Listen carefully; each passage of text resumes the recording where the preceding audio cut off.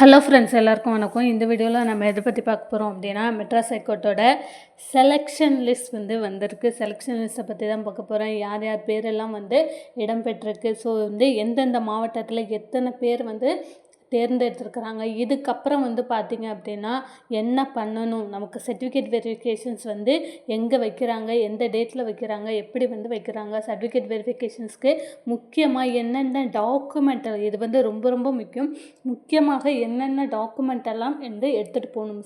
Certificate வெரிஃபிகேஷனில் நம்ம select ஆகணும், select ஆகி நெக்ஸ்ட் ப்ராக்டிக்கல் போகணும் அப்படின்னா நம்ம எதெல்லாம் ப்ராப்பராக பண்ணணும் அப்படின்ற விஷயங்களை தான் இந்த வீடியோவில் நான் உங்களுக்கு சொல்ல போகிறேன். ஸோ நம்ம சேனலை நீங்கள் ஃபஸ்ட் டைம் பார்க்குறீங்க அப்படின்னா மறக்காமல் சப்ஸ்கிரைப் பண்ணிட்டு பாருங்கள். அப்படின்னா தான் இந்த மாதிரியான ரெகுலரான அப்டேட்ஸ் பார்த்திங்க அப்படின்னா உங்களுக்கு நோட்டிஃபிகேஷனாக வரும். இப்போ வாங்க நம்ம வீடியோக்குள்ளே போகலாம். எல்லாருமே எதிர்பார்த்துட்டு இருந்த ஒரு விஷயம், மெட்ராஸ் ஹைகோர்ட்டோட செலெக்ஷன் லிஸ்ட் எப்போ வரும், செகண்ட் லிஸ்ட் எப்போ வரும் அப்படின்னு நிறைய பேர் கமெண்டில் கேட்டுகிட்டே இருந்தீங்க. நம்ம நிறைய வீடியோ போட்டிருந்தோம். செகண்ட் லிஸ்ட் கண்டிப்பாக வரும் அப்படின்னு. அதே போல் பார்த்திங்க அப்படின்னா நமக்கு செகண்ட் லிஸ்ட் அப்படின்ற ஒன்று வந்துருச்சு. எல்லாருக்குமே பார்த்திங்க அப்படின்னா ரொம்பவே சந்தோஷமாக இருக்கும். ஆஃபீஸ் அசிஸ்டண்ட்டு, மசால்ச்சி, வாட்ச்மேன், கார்டனர், ஸ்வைப்பரு, அப்புறம் room boy, night watchman, night மசால்ச்சி, இந்த மாதிரியான நிறைய போஸ்டிங்ஸ்க்கு பார்த்திங்க அப்படின்னா நமக்கு லிஸ்ட்டு விட்டுட்டாங்க. அதாவது 38 மாவட்டங்களுக்கும் தனித்தனியாக 38 மாவட்டங்கள் வித்து நேமோட, நீங்கள் எந்த மாவட்டத்தை சேர்ந்தவங்க, அதற்கப்புறம் உங்களோட நேமு, உங்களோட ரிஜிஸ்டர் நம்பர், இது எல்லாத்தையுமே சேர்த்து பார்த்திங்க அப்படின்னா உங்களுக்கு லிஸ்ட்டு விட்டாங்க. ஆல்ரெடி பார்த்திங்க அப்படின்னா நிறைய பேர் இந்த நோட்டிஃபிகேஷன்ஸ் பார்த்துருப்பீங்க.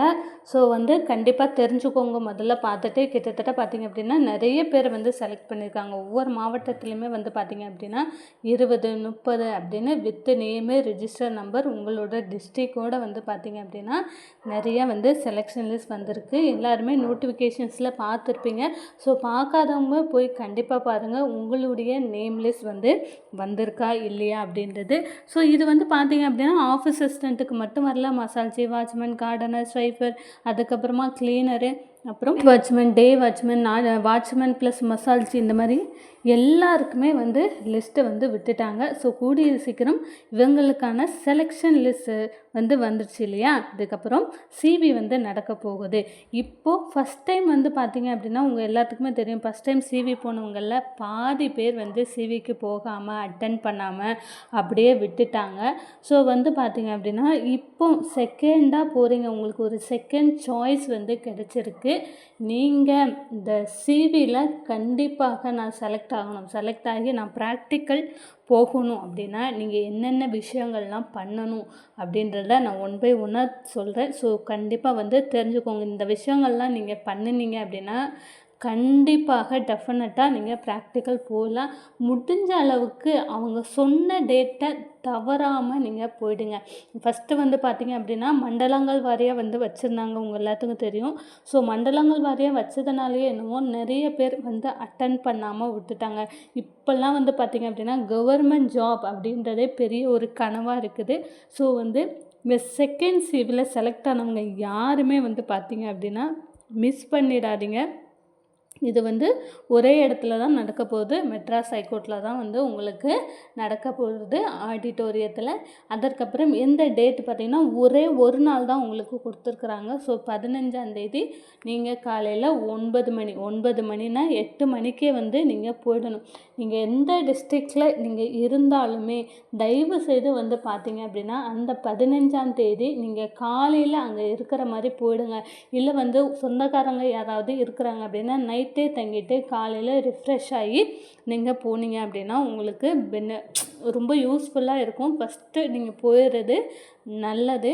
ஸோ கண்டிப்பாக பார்த்திங்க அப்படின்னா அவங்க சொன்ன டைமுக்கு, அவங்க 9:30 இல்லை 9ன்னு சொல்லியிருக்காங்கன்னா நீங்கள் முடிஞ்ச அளவுக்கு 8 மணிக்கே போயிடுங்க. நீங்கள் நைட்டு தான் ஊர்லேருந்து கிளம்பி அட்ரஸ் தேடி பஸ்ஸு பிடிச்சி போய் அப்போ லேட் ஆகிடுச்சு அப்படின்னா உங்களுக்கு பின்னாடி வரவங்களுக்கு சர்டிஃபிகேட் வெரிஃபிகேஷன்ஸ் பண்ணிவிட்டு போயிட்டே இருப்பாங்க. அப்புறம் நீங்கள் ரொம்ப நாள் வெயிட் பண்ணணுமா இருக்கும். அதற்கப்புறம் அந்த ஒரு நாளில் நீங்கள் அட்டன் பண்ணலை அப்படின்னா அவ்வளோதான், திரும்பி உங்களுக்கு ஒரு சான்ஸ் எல்லாம் கொடுக்க மாட்டாங்க. இப்போ பார்த்திங்க அப்படின்னா நீங்கள் வந்து என்னென்னலாம் வந்து இந்த சர்டிஃபிகேட் வெரிஃபிகேஷன்ஸ்க்கு எடுத்துகிட்டு போகணும் அப்படின்றது தான் வந்து நான் உங்களுக்கு சொல்ல போகிறேன். ஸோ வந்து பார்த்திங்க அப்படின்னா ஃபஸ்ட்டு நீங்கள் எக்ஸாமில் உங்களோட ரெஜிஸ்டர் நம்பர் வந்து உங்களுக்கு தெரிஞ்சிருக்கணும். ரொம்ப ரொம்ப முக்கியமான விஷயம், ரெஜிஸ்டர் நம்பர் உங்களுக்கு தெரிஞ்சிருக்கணும். உங்களோட அப்ளிகேஷனில் இருக்கும். இல்லை வந்து பார்த்திங்க அப்படின்னா உங்களோட ஹால் டிக்கெட்டில் வந்து பார்த்திங்க அப்படின்னு நீங்கள் ரிட்டன் எக்ஸாமினேஷன்ஸ் எழுதும்போது உங்களோட ஹால் டிக்கெட்டில் உங்களோட ரெஜிஸ்டர்ஸ் நம்பர் வந்து இருக்கும். அதே சமயம் உங்களுடைய அப்ளிகேஷன்லேயும் இருக்கும்.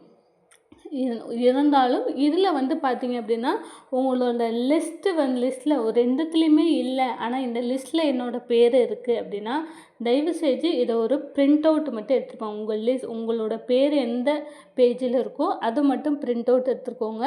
கண்டிப்பாக ரெஜிஸ்டர் நம்பர் அப்படின்றது கொஞ்சம் முக்கியம், கண்டிப்பாக தேவைப்படலாம். அவங்க ஒரு லிஸ்ட்டு வச்சுருந்தாலுமே கண்டிப்பாக சம்டைம்ஸ் ஏதாவது ஒரு எரரு உங்களோட இது இல்லை அப்படின்ற பட்சத்தில் தேவைப்படலாம். ஸோ எடுத்துகிட்டு போங்க. அதற்கப்புறமா வந்து பார்த்திங்க அப்படின்னா உங்களுடைய அப்ளிகேஷனில் நீங்கள் என்னென்ன சர்டிஃபிகேட் எல்லாம் வந்து ஸ்கேன் பண்ணி அனுப்புனீங்களோ, உங்களோட மார்க் ஷீட் வந்து ஸ்கேன் பண்ணி அனுப்பியிருப்பீங்க, உங்களோட டிசி வந்து ஸ்கேன் பண்ணி அனுப்பியிருப்பீங்க, ஆதார் கார்டு, ரேஷன் கார்டு, இல்லை அதுக்கப்புறம் உங்களுடைய ஃபோட்டோ எல்லாமே ஸ்கேன் பண்ணி அனுப்பியிருப்பீங்க. ஸோ அப்ளிகேஷனில் நீங்கள் முக்கியமான ஒரு விஷயம் என்ன அப்படின்னா ப்ரையாரிட்டி. நீங்கள் ஏதாவது பிஎஸ்டிஎம் வந்து வச்சுருக்கிறீங்க அப்படின்னா அதை ஸ்கேன் பண்ணி அனுப்பியிருப்பீங்க. இதே வந்து முன்னுரிமை சான்றிதழ், அதாவது முதல் பட்டதாரி, அப்புறம் விதவை, கணவன் கைவிடப்பட்டவர், மாற்றுத்திறனாளி என்னவாக இருந்தாலும் ஓகேவா, என்ன இது நீங்கள் ஸ்கேன் பண்ணி அப்ளிகேஷனில் அனுப்புனீங்களோ அதை வந்து கண்டிப்பாக நீங்கள் ஒரிஜினல் வந்து எடுத்துகிட்டு போகணும். நீங்கள் வந்து டூப்ளிகேட்டு, ஜெராக்ஸ் இதெல்லாம் எடுத்துகிட்டு போகாதீங்க. ஜெராக்ஸ் வந்து ஒரு செட் ஆஃப் வச்சுக்கோங்க, ஆனால் வந்து பார்த்திங்க அப்படின்னா ஒரிஜினல் வந்து நீங்கள் எடுத்துகிட்டு போகணும். எல்லாத்துலேயுமே டிசி, மார்க் ஷீட்டு, உங்களுடைய priority certificate, PSTM certificate, Aadhaar card, ration card, இதெல்லாம் வந்து பார்த்திங்க அப்படின்னா ஒரு ப்ரூஃபுக்கு ரேஷன் கார்டு கூட தேவையில்லை, ஆதார் கார்டு இருந்தால் போதும். நீங்கள் அப்ளிகேஷனில் அட்ரஸ் ப்ரூஃப்க்கு என்ன வந்து ஸ்கேன் பண்ணிங்களோ அதை வந்து எடுத்துகிட்டு போகணும். ஸோ உங்களுக்கு முடிஞ்ச அளவுக்கு பார்த்திங்க அப்படின்னா ஒரிஜினலை நீங்கள் எந்த அளவுக்கு எடுத்துகிட்டு போகிறீங்களோ அந்தளவுக்கு நீங்கள் செகண்ட் சிவியில் நீங்கள் பாஸ் ஆகி வெளியே வர்றதுக்கு வாய்ப்பு இருக்குது. அதாவது பாஸ் ஆகி நம்ம ப்ராக்டிக்கலில் செலக்ட் ஆகிறதுக்கு வாய்ப்பு இருக்குது. ஸோ முடிஞ்ச அளவுக்கு பார்த்திங்க அப்படின்னா இப்போ இருந்தே வந்து எடுத்து வைக்க ஆரம்பிச்சிருங்க. ஸோ வந்து அந்த டைமில் வந்து நம்ம தேடிட்டு இருந்து மிஸ் ஆயிடுச்சு அப்படின்னா ஒன்றும் பண்ண முடியாது. முடிஞ்ச அளவுக்கு இப்போ இருந்தே வந்து பார்த்திங்க அப்படின்னா உங்களுடைய ஒரிஜினல் எல்லாத்தையுமே கலெக்ட் பண்ணி ரெடியாக வந்து வச்சுக்கோங்க.